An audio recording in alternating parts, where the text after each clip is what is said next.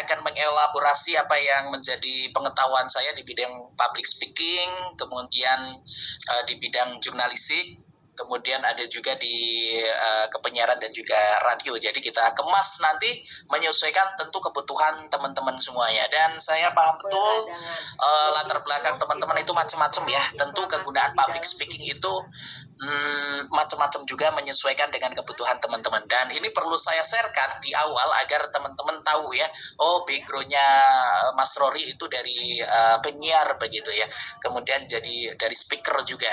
Jadi nanti aromanya, experience-nya, teori-teorinya ini nanti juga akan terlahir dari apa yang sudah saya jajaki begitu. Dan nanti monggo silakan teman-teman disesuaikan dengan kebutuhannya ya.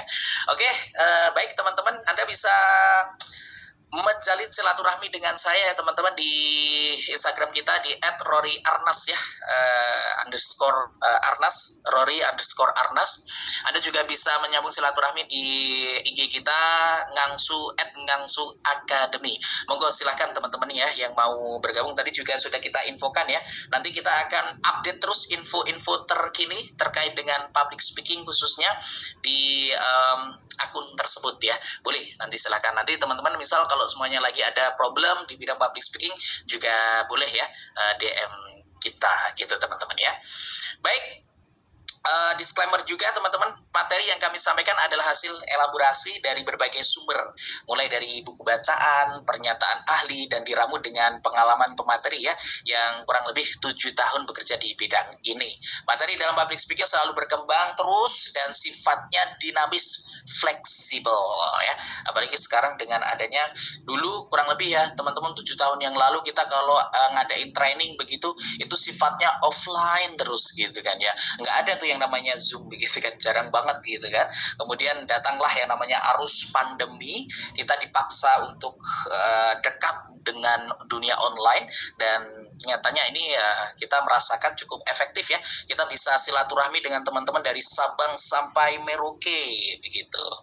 Dan terakhir dulu ketika kita ngisi ketemu dengan teman-teman dari Aceh begitu ya, ketemu dari teman-teman NTT, mendapatkan perspektif dari kita yang teman-teman mungkin yang dari Jawa atau dari Medan, khususnya di bidang culture begitu ya, kita dapat insight yang baru.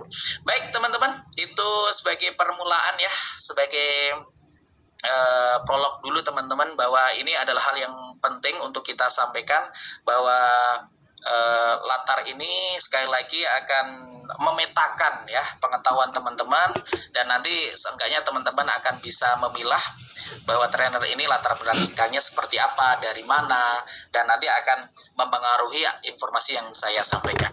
Perlu saya sampaikan juga teman-teman ya, bahwa Ngangsu Academy ini adalah satu platform begitu ya, satu akademi di mana mewadahi teman-teman untuk berbagi skill, khususnya skill di bidang public speaking. Sebenarnya tidak hanya public speaking saja teman-teman. Ini ada mental health dan juga mindfulness. Di sana ada Mas Yusuf Abdurrahman sebagai praktisi di mental health, dan juga ada Ustadz Ilham di mana dia fokus di dan juga praktisi di mindfulness begitu ya teman-teman. Jadi monggo silakan teman-teman yang mau gabung. Ini terdekat di minggu depan ya. Nanti akan ada webinar lagi mindfulness dari Ustadz Alif Ilham. Topiknya sudah kita share di grup kita ya. Monggo silakan ya mau join ya. Dan ini sudah masuk ke batch yang kesekian kalinya, banyak sekali ya. Jadi nanti buat teman-teman yang mau join lagi boleh banget. Insya Allah kita akan setiap minggunya akan setiap bulannya ya, khususnya di bidang public speaking akan hadir untuk Anda. Ya, teman-teman langsung aja kita masuk ke topik kita. Sebelum kita mulai ke topik yang pertama, silahkan diseruduk minumannya ya, agar lebih syahdu begitu ya.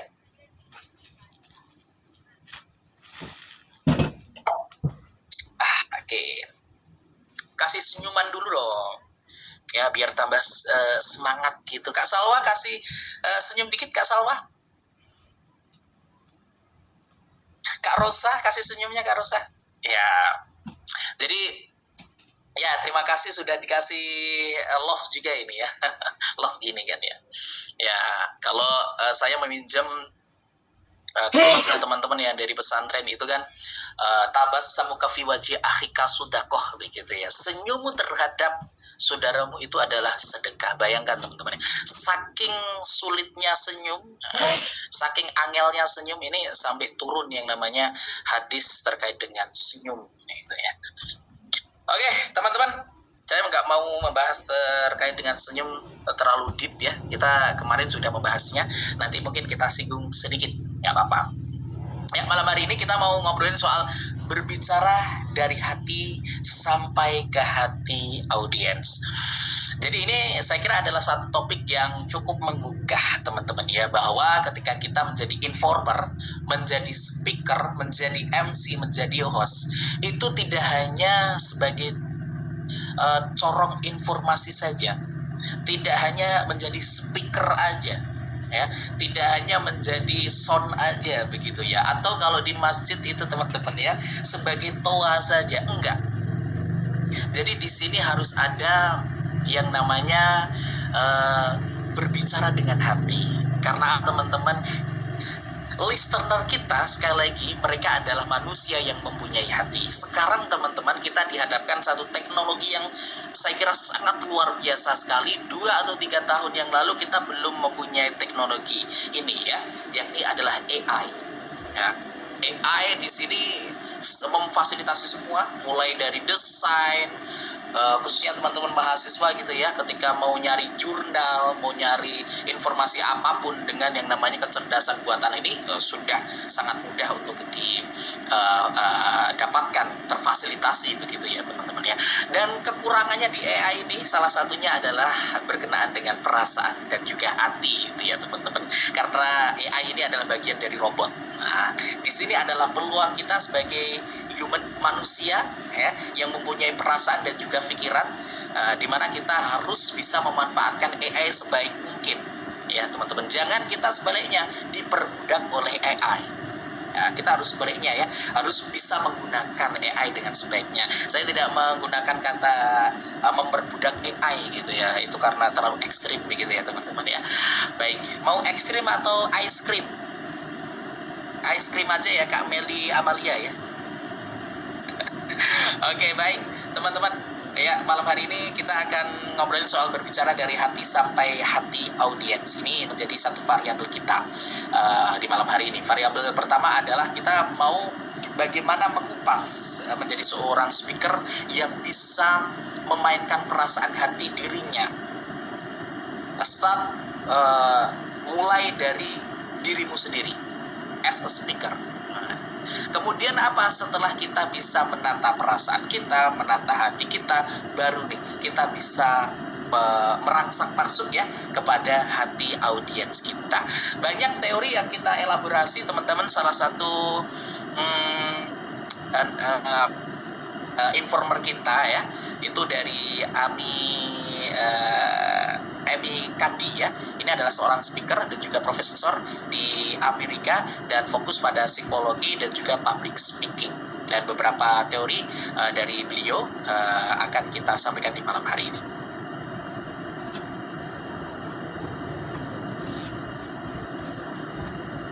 Ya, kita mulai dulu teman-teman dengan satu quotes ya. Dan ini tadi mungkin sudah saya share juga di awal. You can atau you cannot inspire other if you are not inspired yourself. Jadi ini adalah satu kutipan yang saya kira bisa membantu teman-teman ya, ketika teman-teman ingin memberikan insight berupa menginspirasi listener teman-teman, audiens teman-teman. Ini jangan lupa Anda harus bisa menginspirasi diri Anda terlebih dahulu.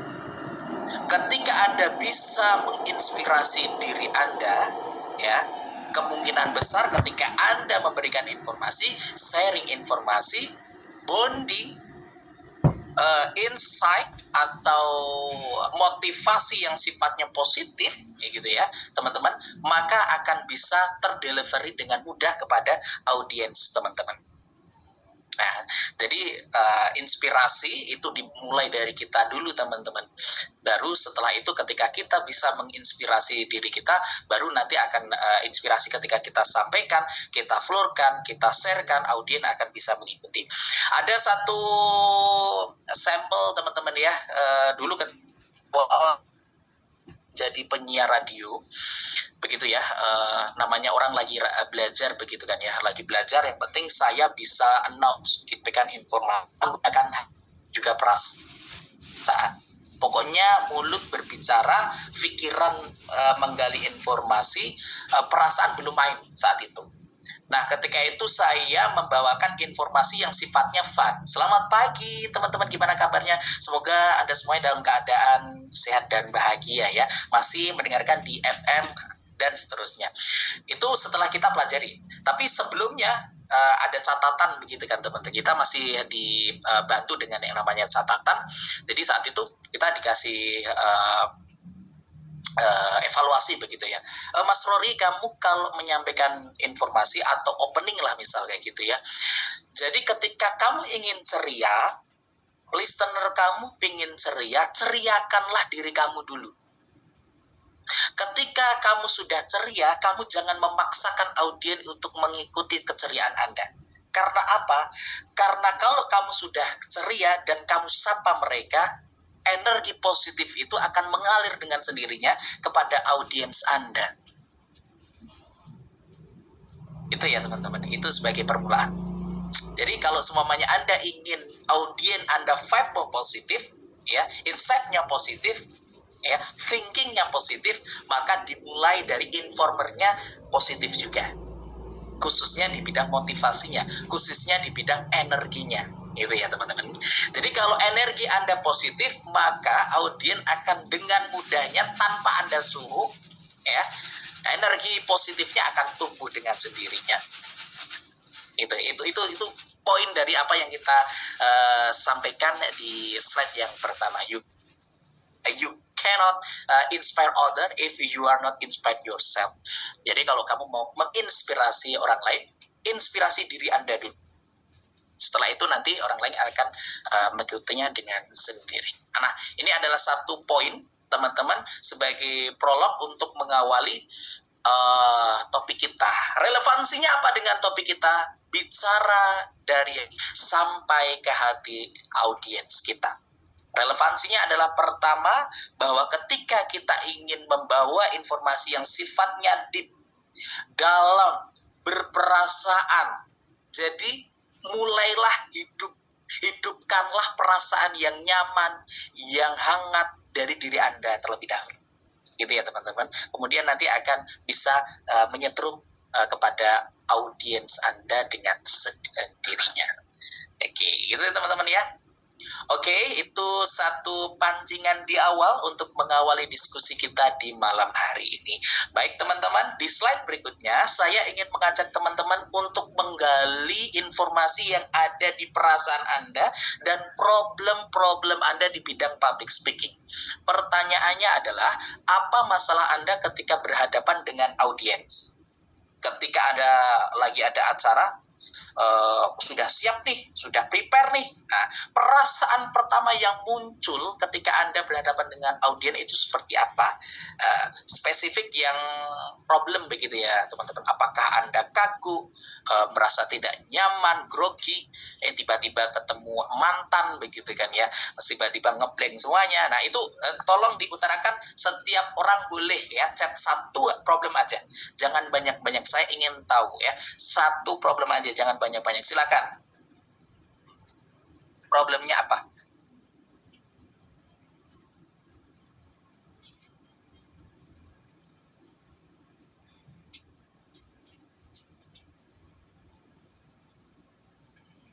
Oke, saya kasih 1 menit ya untuk share apa yang menjadi problemnya ya di live chat kita. Silakan. Sambil saya monitor teman-teman yang join di YouTube kita ya. Aduh, banyak sudah join di YouTube kita ya. Oke, saya sapa dulu teman-teman yang live di YouTube. Sekali lagi buat yang mau gabung di YouTube kita, jangan lupa subscribe juga ya. Dan Anda bisa menyaksikan kapanpun dan dimanapun. Oke, cukup saya bacakan ya satu persatu. Dan nggak semuanya, karena terlalu banyak ya.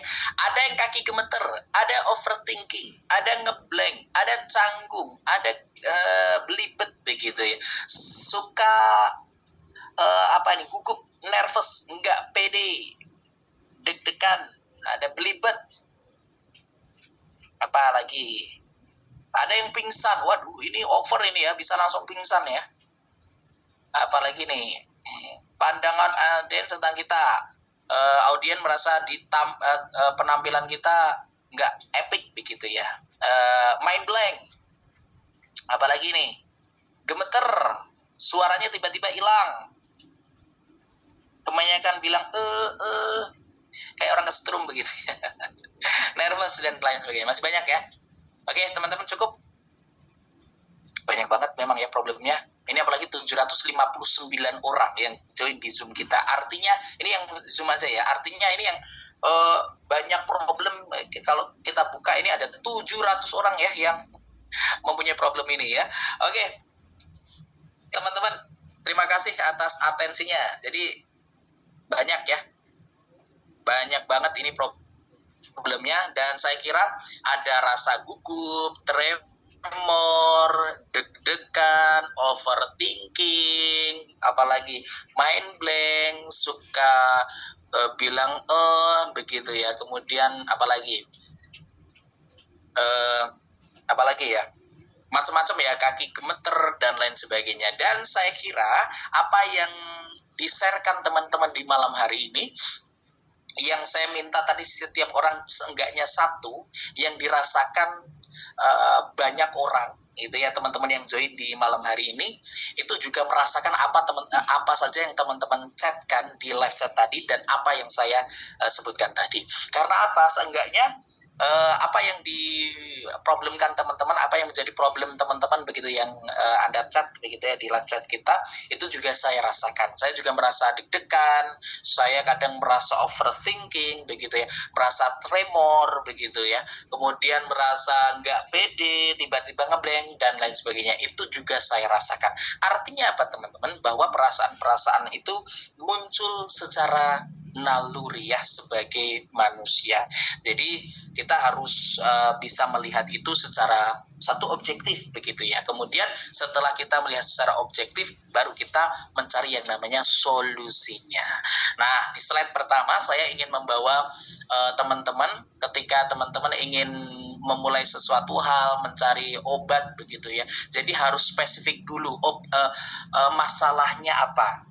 Kemudian ketika sudah ada masalahnya, ayo kita memetakan masalah itu agar tentunya kita bisa menyelesaikan dengan sebaik-baiknya. Begitu ya teman-teman ya. Dan saya meminta satu saja, karena memang teman-teman ya, khususnya di malam hari ini kita pun juga terbatas dengan waktu. Yang kedua, menyelesaikan 10 problem itu membutuhkan banyak waktu. Ya, maka ketika saya belajar pun khususnya di bidang public speaking, menyelesaikan problem di bidang public speaking harus one by one, satu demi satu memang ya.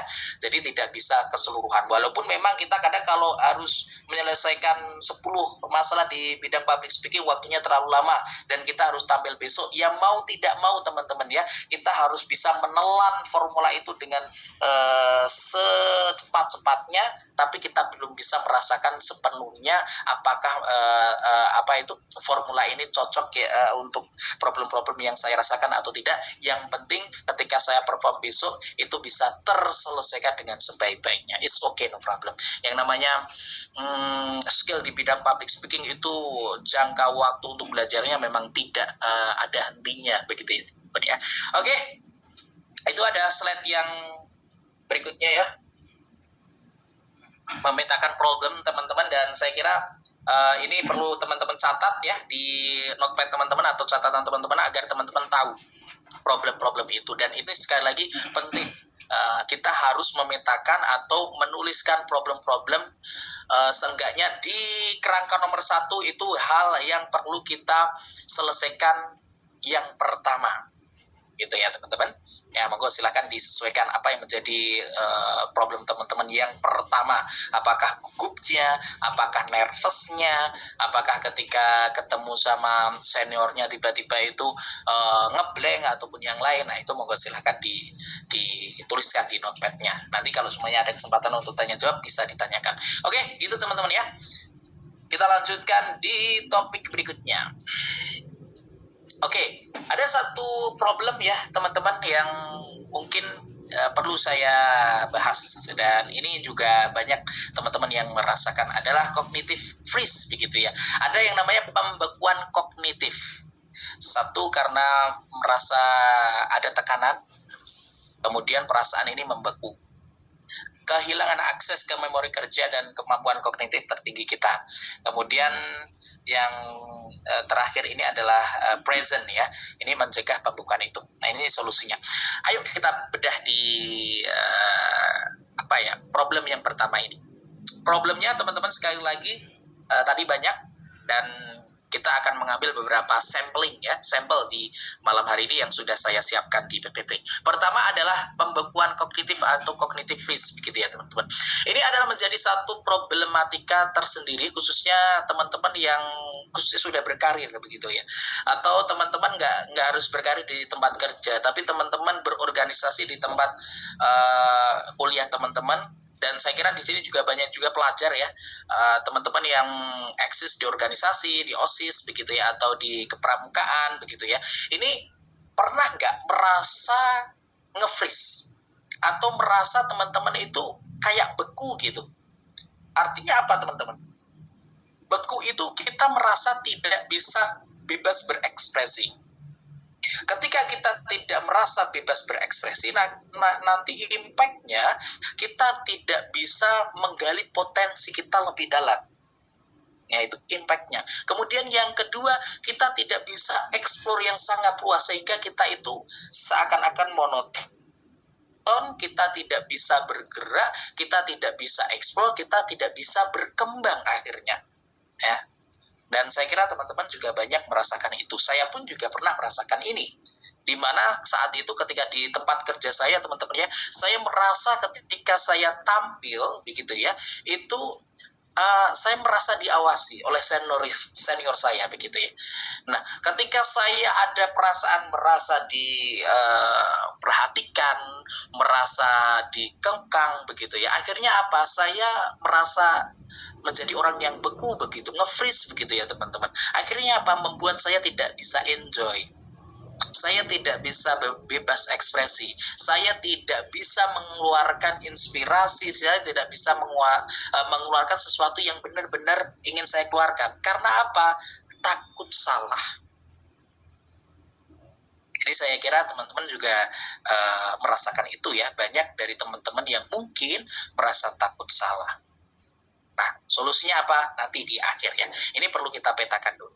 Kemudian yang kedua, ada teman-teman ketika mau tampil, itu ada noise yang tidak menyenangkan ya. Tiba-tiba kalau mau tampil begitu ya, materi sudah kita siapkan nih. Opening yang akan kita bawakan sudah siap nih. Oh, pertama kita mau pantun dulu ya. Buah mangga, buah kecapi. Saya nggak nyiapin terusannya ya. Ya, kita sudah menyiapkan pantunnya, atau kita awali dengan puisi begitu ya teman-teman. Kemudian nanti prolognya saya akan membawakan satu topik, mungkin teman-teman yang dari hukum gitu ya. Topik besarnya adalah terkait dengan terorisme. Di sesi di prolog awal saya akan langsung melemparkan yang namanya data aktual terkait dengan terorisme yang ada di Indonesia misalnya, atau korupsi yang ada di Indonesia. Kemudian setelah itu saya akan mengajukan satu gugatan pernyataan atau pertanyaan yang sifatnya itu adalah tendensius, misalnya kayak gitu ya teman-teman. Tapi itu sudah disiapkan dengan sebaik-baiknya. Tapi ketika tampil begitu, mau tampil ya 1, 2 atau 3 menit ketika mau tampil, tiba-tiba teman-teman itu ada noise yang tidak menyamankan diri kita. Ya, ini namanya adalah internal noise atau kebisingan internal. Kebisingannya apa? Satu adalah firasat. Kedua bentuknya adalah pikiran-pikiran yang sifatnya negatif atau overthinking misalnya itu teman-teman ya. Kita sudah siap nih, sudah ready untuk tampil nih, tiba-tiba ada noise muncul, kebisingan muncul di otak kita. Habis ini Mas Rory, kamu ketika mau tampil itu kemungkinan besar di bagian ini nanti kamu akan terpleset gitu. Atau yang kedua, ketika kamu mau menjelaskan di bagian ini, kamu nanti akan lupa. Atau ada noise lagi nih, kamu nanti ketika presentasi ya, mic-nya akan mati dan kamu akan ngeblank. Nah, itu noise negatif muncul di otak kita ya. Nah, kata beberapa praktisi khususnya adalah Amy Cuddy ini ya teman-teman, ini mengatakan noise ini muncul pada simpans yang ada di diri kita. Nah, saking gemesnya mungkin ya si Amy Cuddy ini menyampaikan bahwa yang muncul, yang mengeluarkan noise ini dikatakan adalah simpanse. Jadi mungkin teman-teman juga bisa ini. Kalau semuanya kita, mungkin teman-teman yang Muslim, itu yuwaswisu fi sudurinas, itu adalah jin begitu ya, yang apa itu namanya, yang membisiki ya sesuatu yang negatif, itu jin begitu ya. Nah ini kalau Amy Cuddy ini mengatakan bahwa itu adalah simpanse begitu ya. Nah itu adalah noise yang muncul dan sering kita rasakan ketika kita akan tampil di depan publik. Nah, kalau solusi dari Amy Cuddy ini, teman-teman ya, ini namanya simpanse. Ini kalau mau dijinakan itu kasih pisang begitu ya, kasih makanan yang dia suka. Begitu juga teman-teman di mindset kita yang sifatnya negatif tadi. Jadi silahkan dijinakan. Dijenakan negative thinking itu atau informasi kebisingan negatif itu ya teman-teman, dengan sesuatu yang bisa menjinakkan. Dengan apa? Biasanya saya selalu mengatakan dengan mengafirmasi positif. Jadi kalau semuanya ada info negatif atau kebisingan negatif, kita counter teman-teman ya dengan kalimat atau kata yang keluar dari mulut kita, dari hati kita, dari perasaan vibe kita begitu ya teman-teman. Yang kebisingan negatif kita lontarkan menjadi positif begitu ya. Misal ada kebisingan, habis ini nanti kamu akan terpleset di bagian ini. Enggak, katakan enggak. Nanti aku udah siap-siap, enggak, pasti bisa. Geser si panse itu gitu kan ya. Kalau orang Indonesia biasanya ngatain gitu kan, monyet begitu ya. Atau hewan-hewan yang lain. Nah, itu digeser. Ini sebagai ini teman-teman ya, barrier. Ini sebagai sebagai pecutan agar tentunya kita bisa terlepas dari energi negatif itu, kita rubah menjadi energi yang sifatnya positif. Jadi Amy Cuddy pun juga ini ingin menyampaikan bahwa ketika ada kebisingan yang sifatnya negatif, ini adalah energi yang sifatnya negatif. Maka ketika ada energi yang sifatnya negatif, maka kita wajib mengcounternya dengan energi yang sifatnya adalah positif. Ya, kalau energi itu belum bisa muncul, keluarkan dengan kata dan kalimat. Kalau semuanya kalimat dan kata itu belum muncul, keluarkan dengan satu senyuman. Nah, satu senyuman teman-teman itu bisa merubah mood yang sifatnya mungkin sebelumnya itu nggak nyaman, nggak asik, jadi lebih asik. Gitu ya teman-teman. Nah, itu informasi atau slide yang keempat begitu ya, keempat atau ketiga tadi. Baik, slide yang pertama tadi saya membawa teman-teman untuk bisa mencairkan ya keadaan teman-teman ya, cognitive freeze atau pembekuan yang bersifat kognitif. Dan ini perasaan-perasaan yang sering muncul kepada teman-teman.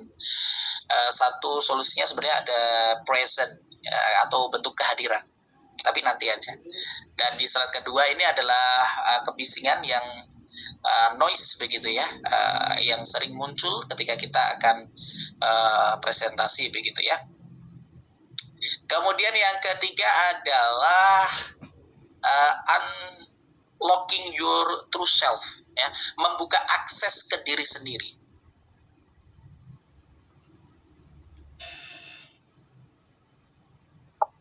Jadi di slide pertama tadi ya teman-teman ya, di slide pertama. Di materi sebelumnya tadi saya membawa untuk bagaimana kita bisa terlepas dari atau membaca begitu ya teman-teman ya, dari pembekuan.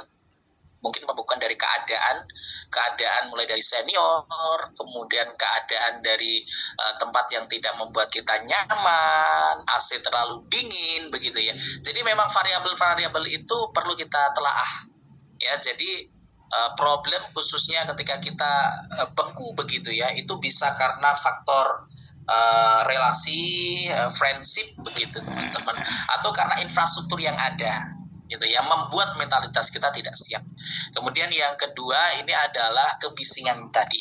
Nah yang ketiga ini, saya ingin membawa teman-teman untuk bisa membuka kunci ya, membuka kunci diri teman-teman, unlock begitu ya, membuka perasaan teman-teman, bahwa ketika mungkin teman-teman tampil, Anda tidak menjadi diri Anda, mungkin Anda menjadi diri orang lain yang Anda cermin, yang Anda tiru. Akhirnya apa?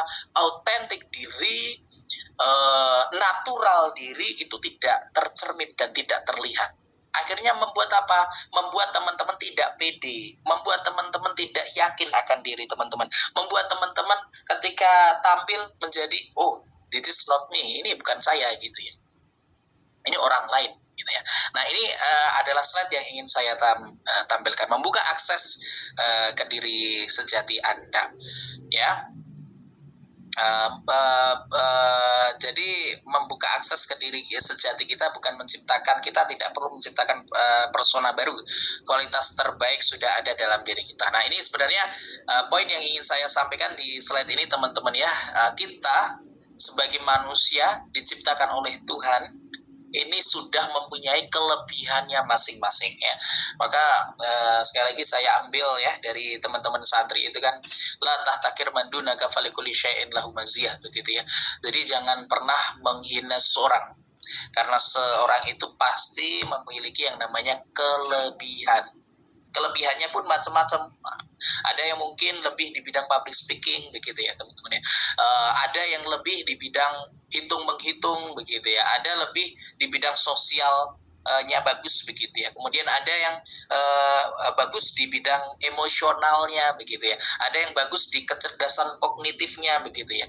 Ada bagus di bidang religiusitasnya begitu ya teman-teman. Nah itu adalah kelebihan-kelebihan yang muncul dari natural person teman-teman. Jadi dari natural pribadi teman-teman, dan itu sifatnya memang kadang given dari Tuhan Yang Maha Esa. Kalau sudah given tapi kita tidak mengeksplornya, kita tidak membukanya begitu ya teman-teman, maka itu tidak akan memunculkan pribadi yang asli dari teman-teman. Akhirnya apa? Audien akan memberikan sedikit kesimpulan mungkin di awal bahwa oh ini nggak autentik, ini nggak Rory yang saya kenal mungkin gitu ya. Ini kok beda ya antara di depan layar sama di luar layar begitu ya. Nah mungkin itu vibe yang muncul di audien. Dan problemnya teman-teman, ketika vibe yang sifatnya question dan mungkin cenderung pada negatif begitu ya, nanti akan menyetrum Anda. Akhirnya apa? Anda dari setruman banyak orang itu teman-teman ya, yang sifatnya question dan berimbas pada negatif, akhirnya vibe negatif muncul, akan menjadikan apa? Ketidakpercayaan diri pada diri Anda sendiri. Jadi dulu saya beberapa kali juga sering menyampaikan ya gitu ya, ketika sharing begitu teman-teman. Jadi ketika saya jadi presenter begitu teman-teman, senior saya tuh bilang kayak gini, kamu kalau membawakan acara kelihatan terlalu tegang begitu, santai saja gitu, santai. Nah itu saya juga menemukan kata santai itu cukup lama teman-teman. Santai itu secara motivasi, secara pembawaan, kemudian nanti ketika motivasi dan pembawaan itu kita juga sudah rileks dan juga santai, nanti kualitas suaranya pun akan juga kelihatan santai, kemudian pembawaannya pun juga akan lebih rileks dan juga nyaman. Nah ketika kita sudah santai teman-teman dan menemukan step by step-nya itu nanti akan memberikan ruang otak kita, ruang pikir kita, ruang nurul kita gitu bahasa sekarang kan. Nah itu akan relax juga. Akhirnya ketika ada relaksasi di sana, otak kita ketika mendapatkan informasi, kemudian menyerap informasi itu akan lebih nyaman. Kemudian juga lebih inovatif gitu ya. Jadi pemilihan diksi dan lain sebagainya itu pun juga akan lebih kelihatan smart begitu ya teman-teman. Nah ini satu poin atau slide yang ingin saya sampaikan ketika teman-teman ingin menjadi seorang speaker yang seenggaknya speaker yang natural begitu ya. Jadi bukalah akses pada diri Anda sendiri, dibuka dulu. Gimana sih kualitas suara teman-teman? Gimana sih sebenarnya cara pembawaan teman-teman? Fokus mana sih yang teman-teman mungkin Anda benar-benar sudah kuasai. Jadi memang harus satu-satu. Dulu teman-teman saya mengawali dunia public speaking saya ya, itu di bidang jurnalistik. Di situ saat itu juga belum fokus benar-benar di news begitu ya. Saya awal di presenting begitu, itu presenter religi. Nah, dulu jenggot saya agak panjang begitu kan ya. Kemudian karena saya harus di news, di berita begitu ya, itu harus kelihatan clean begitu ya. Nah sekarang karena ini sudah saya habiskan, jadi jarang masuk TV begitu ya teman-teman. Artinya apa? Jadi memang ketika kita mau mengeksplor diri itu satu memang harus memahami ya apa yang passion kita dulu, itu satu passion. Yang kedua fokus kita nanti seperti apa, dan itu teman-teman monggo silakan disesuaikan dengan posisi teman-teman ya. Itu yang bisa metakan teman-teman sendiri gitu ya, karena sekali lagi zona teman-teman di zona yang berbeda-beda, tidak bisa disamakan, tapi seenggaknya teori-teori yang saya sampaikan ini bisa mewadahi teman-teman begitu ya.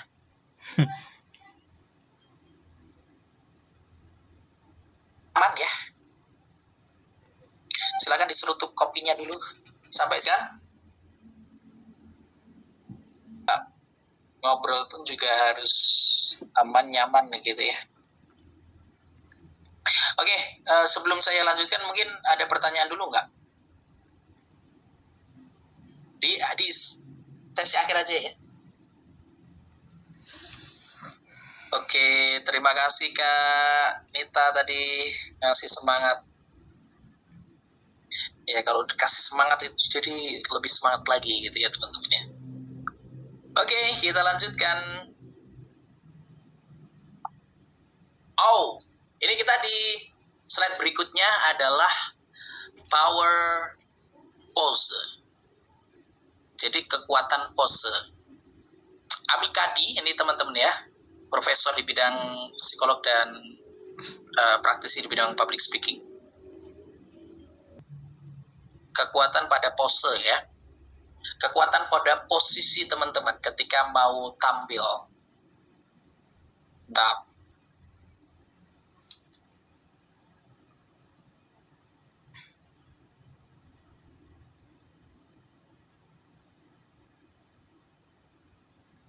Oke. Jadi power pose ini secara bahasa adalah kekuatan posisi. Tapi secara terminologi itu adalah bagaimana memosisikan. Nah, jadi posisi pose ini akan satu mempengaruhi secara psikologi teman-teman. Ya, ini jadi Amikadi ini melakukan satu riset, walaupun memang ini risetnya masih banyak diperdebatkan begitu ya teman-teman. Pertama ada pose meluas atau terbuka, postur dan ekspansif ya. Ini bisa meningkatkan hormon testosteron ya, kepercayaan diri, hormon kebahagiaan, hormon kepercayaan gitu. Dan ini bisa menurunkan yang namanya kortisol atau stres begitu ya teman-teman. Jadi pose meluas atau pose terbuka ini adalah satu pose yang membuat diri Anda itu merasa nyaman dan sifatnya bebas. Dan ini diposekan macam-macam teman-teman ya. Jadi Anda mungkin sebelum tampil, ini bisa dipraktekkan ketika Anda sebelum tampil atau saat tampil. Nah, kita contohkan yang sebelum tampil ya teman-teman ya. Ini jadi Anda ketika mungkin di ruang tunggu begitu ya teman-teman, di pantry begitu ya sebelum mau tampil. Jadi Anda silahkan ini direlaksasikan, tarik nafas sedalam-dalamnya, kemudian Anda bisa sekali lagi secara dress code dan lain sebagainya udah tidak menjadi problem ya. Nah, ini berkenaan dengan pose kita ketika sebelum tampil. Jadi silahkan Anda bisa menaruh tangan di pinggang. Coba teman-teman saya minta semuanya untuk duduk dengan tegap begitu ya, di tempat duduk tegap, gerak. Oke. Silahkan Oke, semuanya saya minta untuk tarik nafas. Tarik nafas 1 2 3.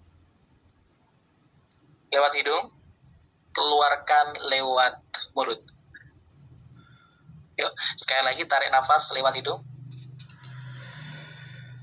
Kemudian taruh tangan Anda di pinggang. Malangkre kalau orang Jawa kayaknya. Keluarkan. Tarik nafas lagi. Relax, santai. Boleh kejamkan mata. Taruh dalam perut, keluarkan. Oke, jadi pose ini teman-teman, menurut Amikadi, adalah satu pose yang membantu kepercayaan diri teman-teman. Hormon testosteron tadi ya, hormon kebahagiaan, ini Anda bisa menciptakan dengan berpose seperti ini di belakang layar. Jangan sampai di depan layar. Kamu kalau di depan layar nanti dikira mententeng kemaki kan kalau Jawanya gitu ya, atau sombong begitu ya teman-teman. Nah ini perlu dilakukan di belakang layar. Atau Anda bisa relaksasi dengan menyilangkan kaki atau jigang begitu ya, jigang itu kakinya ini loh teman-teman ya, inilah ya, saya tidak bisa mempraktekkan kan karena saya duduk begitu ya, ya bisa jigang. Jadi ini sangat membantu kepercayaan diri teman-teman ketika teman-teman mau preparation ya. Itu adalah beberapa pose. Kemudian ada pose teman-teman ketika teman-teman mau tampil. Jadi saya kalau mau tampil itu sekali lagi juga sama. Saya tarik nafas sedalam-dalamnya, saya taruh di dalam perut. Kemudian saya menyiapkan diri dengan sesigap-sigapnya, sesiap-siapnya. Ya, seperti berdiri walaupun tidak berdiri kayak upacara begitu ya teman-teman ya. Tapi saya berdiri sigap. Saya tidak menaruh tangan saya di dalam saku. Saya tidak gini juga, tidak malangkrik juga. Ya, itu cukup di belakang layar. Tapi kalau semuanya di depan podium, begitu di depan audiens, kita memperlihatkan pose yang membuat kita looknya itu satu smart, dua kita sudah siap, kita terlihat ready, dan kita siap untuk fighting. Dan itu akan membuat kita secara energi itu sudah muncul energi yang sifatnya positif tentunya. Jangan lupa kasih senyum juga. Ya, senyum sekali lagi ini adalah satu modal utama di public speaking. Senyum teman-teman itu membantu teman-teman untuk merubah vibe yang awalnya negatif akan bisa dengan mudah terbalik menjadi energi yang sifatnya negatif menjadi positif dengan satu senyuman. Kemudian yang kedua akan membantu diri Anda juga teman-teman. Nanti akan pengaruh yang lain berkenaan dengan kualitas suara. Next time kita bahas khusus di bidang senyum tersenyum begitu ya. Oke, itu dulu.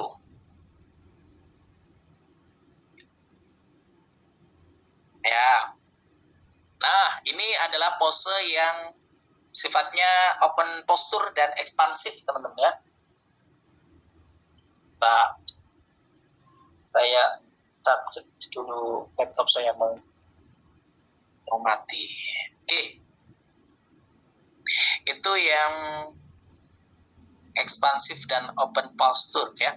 Open posture atau ekspansif ini bisa Anda lakukan sebelum atau sesudah sebelum atau sesaat acara akan mulai, dan ini sekali lagi akan membantu, akan menguatkan ya energi teman-teman, pose teman-teman, kemudian kepercayaan diri teman-teman, dan audien melihat Anda itu bisa terbangun vibe-nya dengan kekuatan pose ini atau power of posing begitu ya teman-teman. Nah,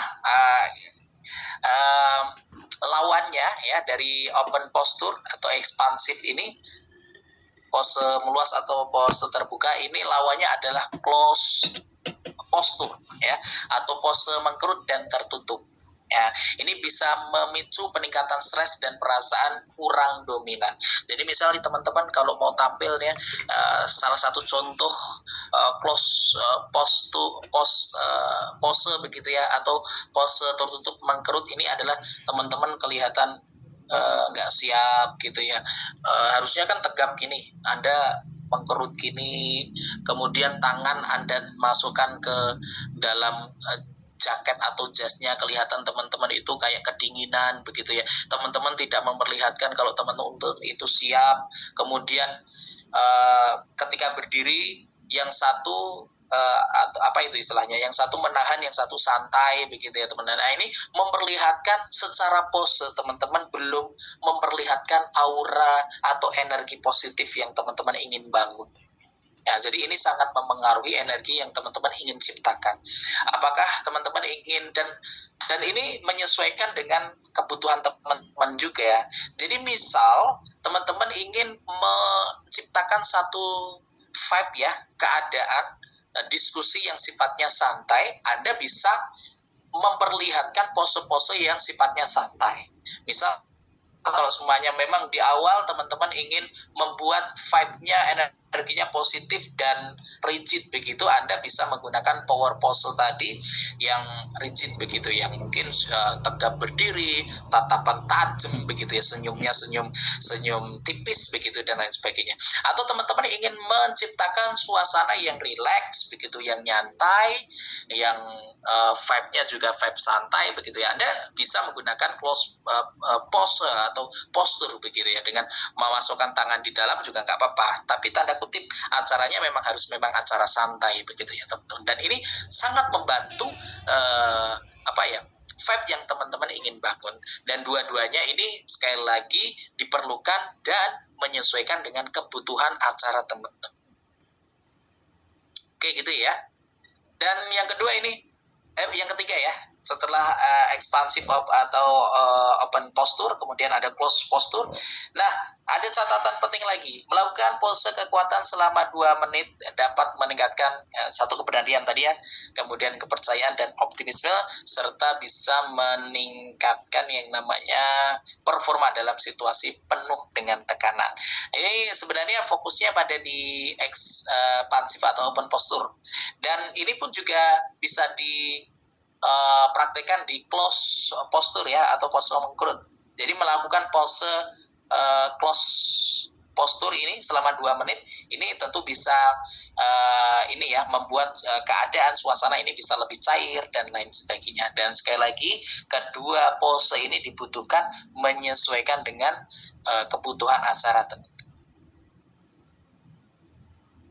Oke, kemudian yang berikutnya ada yang namanya kekuatan kehadiran atau present atau kehadiran gitu ya teman-teman. Ini adalah satu kunci dari topik kita ya, berbicara dari hati sampai ke hati audiens. Jadi audien itu teman-teman nggak audien, khususnya yang perempuan aja lah, itu kalau datang di satu acara ketemu sama temennya misal itu ya sekali lagi setiap orang itu punya naluri ingin diperhatikan. Maka ketika teman-teman itu menjadi informer, menjadi narasumber, figur yang ada di depan publik, itu harus menghidupkan yang namanya perasaan memperhatikan siapapun itu. Nah, jadi ketika teman-teman sudah ada motivasi atau semangat atau energi memperhatikan, belum Anda memberikan informasi audien itu saya udah siap nih untuk mendapatkan informasi dari Mas Rory, misalnya kayak gitu ya. Nah, ini vibe pertama adalah vibe dari kehadiran atau presence. Nah, definisi inti dari energi ini teman-teman ya, energi kehadiran present ini adalah kemampuan untuk benar-benar hadir di setiap momen teman-teman. Ya, pertama fungsinya buat apa? Membangun kredibilitas.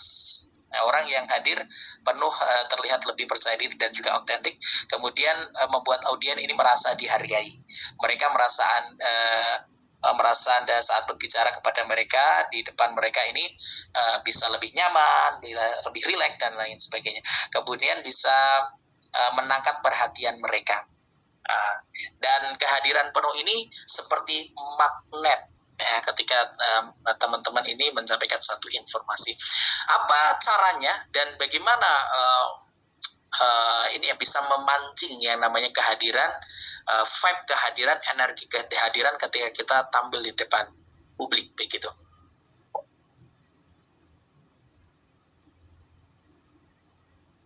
Ada banyak cara sebenarnya, tapi yang ingin saya sampaikan yang pertama ini adalah interpersonal connection. Jadi membangun koneksi interpersonal. Jadi ketika teman-teman mau membangun yang namanya kehadiran teman-teman dan hadir seakan-akan setiap person 100 orang itu merasa diperhatikan. Jadi salah satu caranya adalah membangun koneksi interpersonal. Jadi secara definisi ya, ini adalah kemampuan untuk membuat audiens merasa terhubung dengan Anda secara personal.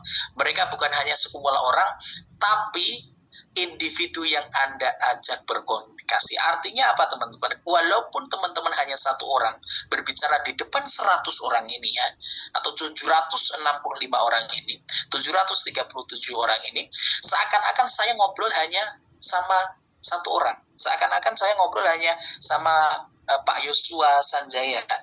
Saya hanya ngobrol sama Mbak Melia, gitu ya. Saya ngobrol hanya sama Mbak Nazila, begitu ya. Nah, ini adalah satu motivasi yang perlu teman-teman tumbuhkan ketika teman-teman berbicara di depan publik.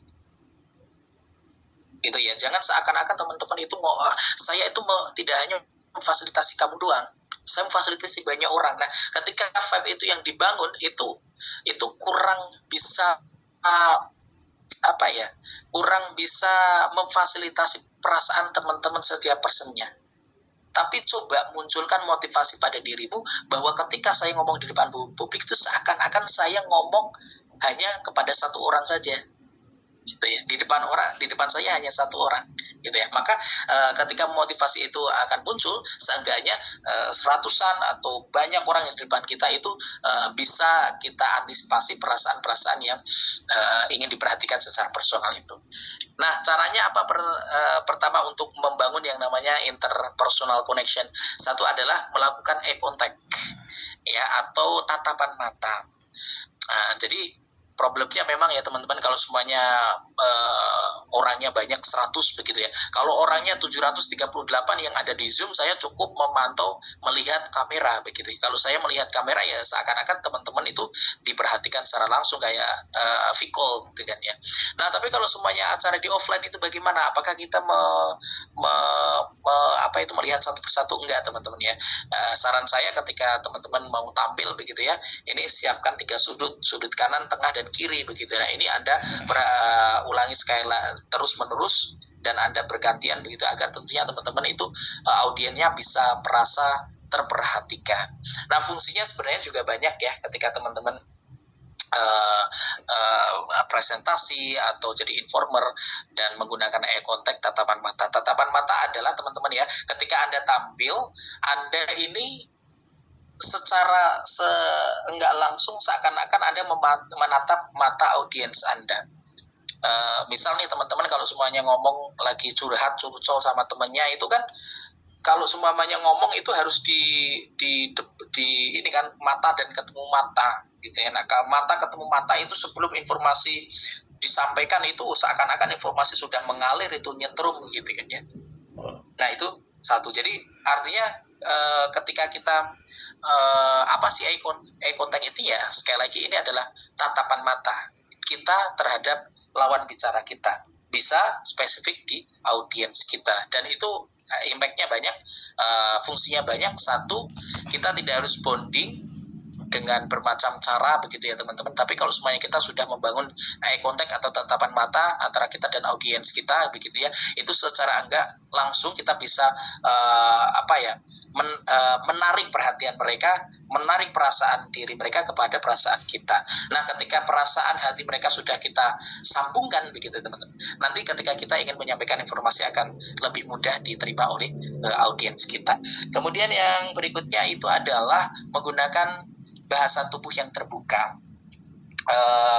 Ini ada beberapa catatan: hindari menyilangkan tangan di saku atau membelakangi audiens begitu ya teman-teman. Jadi kalau semuanya tampil, khususnya formal atau apa begitu ya teman-teman, khususnya pun acara non formal juga, orang memasukkan tangan ke saku itu sekali lagi memperlihatkan ketidaksiapan dia, lebih ekstrim, bahkan mengatakan ya kurang menghormati acara dan lain sebagainya gitu ya teman-teman. Kemudian buka postur tubuh Anda, gunakan gerakan tangan yang natural untuk menekan poin. Jadi sekali lagi ini berkenaan dengan body language ya teman-teman, atau bahasa tubuh. Jadi ketika teman-teman menyampaikan satu informasi itu perlu yang namanya katakan bahwa orang selancar begitu ya. Jadi ketika kita selancar di atas air, butuh yang namanya itu alas, itu akan lebih memudahkan kita ketika melakukan olahraga yang namanya selancar. Nah, body language pun juga sama. Ketika kita ngomong dengan selancar bahasa tubuh ini, maka informasi yang kita sampaikan lewat mulut dan kita kuatkan pakai perasaan itu teman-teman, kemudian kita haluskan dengan body language atau bahasa tubuh, orang akan lebih mudah mencerna informasi yang kita sampaikan, dan kita pun juga akan rileks dengan informasi yang ingin kita sampaikan. Kemudian yang kedua, ini berkenaan dengan penekanan setiap kata atau kalimat, dan ini membantu banget. Jadi orang ketika seperti dirijen begitu ya, dirijen ketika memimpin satu nyanyian begitu, atau menyanyikan lagu Indonesia Raya, itu hadirnya dirijen itu seakan-akan memberikan satu instrumen tersendiri, sehingga kita ingin menyanyikan dengan sepenuh hati. Begitu juga di public speaking begitu ya teman-teman. Nah, kurang lebih itu ya, nanti bisa dikembangkan lagi teman-teman. Kemudian ketika presentasi, khususnya teman-teman ingin membangun interpersonal connection di satu materi ya. Ini berkenaan tadi, kalau tadi triks bagaimana membuat bonding audience dengan eye contact dan bahasa tubuh. Nah, yang kedua ini adalah di materinya. Ya, jadi ini ada yang ketiga, ini menunjukkan kerentanan. Ya, ceritakan kegagalan kecil, momen canggung atau pelajaran yang Anda dapat dari kesalahan. Nah, ini berkenaan dengan storytelling ya teman-teman. Jadi orang itu lebih mudah terpancing, lebih mudah perasaannya itu tergambarkan begitu ya teman-teman, atau terasa begitu ya teman-teman. Itu adalah ketika teman-teman juga mengeluarkan cerita-cerita yang mungkin dirasakan oleh audiens tadi. Seperti halnya yang saya pancing kepada teman-teman, monggo silakan ayo ditulis kira-kira apa yang menjadi problem teman-teman di dunia public speaking. Kemudian saya menimpali apa itu, bahwa apa yang teman-teman rasakan tadi, yang Anda tulis satu persatu tadi, tidak hanya Anda saja yang merasakan, bahkan 728 orang ini juga merasakan apa yang Anda tulis itu. Tidak berhenti situ saja, saya sebagai trainer juga merasakan apa yang Anda rasakan itu, merasa deg-degan dan lain sebagainya gitu ya. Nah, perasaan yang muncul ini teman-teman, yang menggambarkan apa perasaan yang audiens rasakan ini, seenggaknya akan juga bisa membantu informasi yang ingin Anda sampaikan. Yang terakhir, ini adalah mengajukan pertanyaan yang sifatnya retoris atau dan memberikan jeda. Ini seenggaknya ini ya, seperti halnya teman-teman ketika menulis ya, menulis satu tulisan di jurnal ataupun yang lain, itu setelah memberikan satu prolog, latar belakang. Nah, di situ ada yang namanya rumusan masalah. Rumusan masalah ini adalah satu instrumen penting ya teman-teman ya, ruhnya sebuah tulisan. Nah, demikian juga ketika teman-teman public speaking atau berbicara di depan publik, atau khususnya menjadi moderator, gitu ya. Pertanyaan yang sifatnya mengikat, pertanyaan yang sifatnya itu adalah pemancing itu penting. Ataupun yang lebih ekstrim adalah sifatnya provokatif, menggugat. Nah, akhirnya apa? Akan membawa audiens itu tertarik dengan informasi yang akan Anda sampaikan atau narasumber Anda sampaikan atau Anda sebagai moderator, begitu ya teman-teman ya. Oke, mungkin itu yang bisa saya sampaikan. Semoga bermanfaat ya teman-teman. Ini udah jam 20:54. Mungkin lebih tips kita bisa sesi tanya jawab ya. Kita masih ada beberapa slide, tapi karena waktu kita tidak memungkinkan untuk menyampaikan keseluruhan. Buat teman-teman nanti yang membutuhkan, nanti kita akan kasih informasi. Materinya kita buka sesi tanya jawab ya. Mungkin 10-15 menit aja. Silakan. Saya fasilitasi buat yang raise hand dulu nih. Presentasi atau menyampaikan informasi, saran saya pertama, hindari yang namanya hafalan ya. Jadi hafalan itu memang bagus, itu adalah satu metode belajar yang sangat efektif begitu ya. Tapi kalau semuanya ketika kita yang dibutuhkan itu adalah pemahaman, explanation begitu ya, atau penjelasan, hindari yang namanya hafalan. Soalnya apa? Ketika kita menghafal tanpa memahami, itu nanti akan merusak struktur informasi yang ingin kita sampaikan dan potensi ngeblanknya sangat tinggi. Ketika sudah hafalannya itu hilang, nah kamu mau ngapain gitu kan ya. Nah, jadi rubah metode Anda itu dari hafalan ke pemahaman. Atau yang kedua juga bisa ya, Mbak Nashila, itu adalah dengan metode campuran ya. Satu hafalan, yang kedua adalah pemahaman. Yang Anda hafalkan itu adalah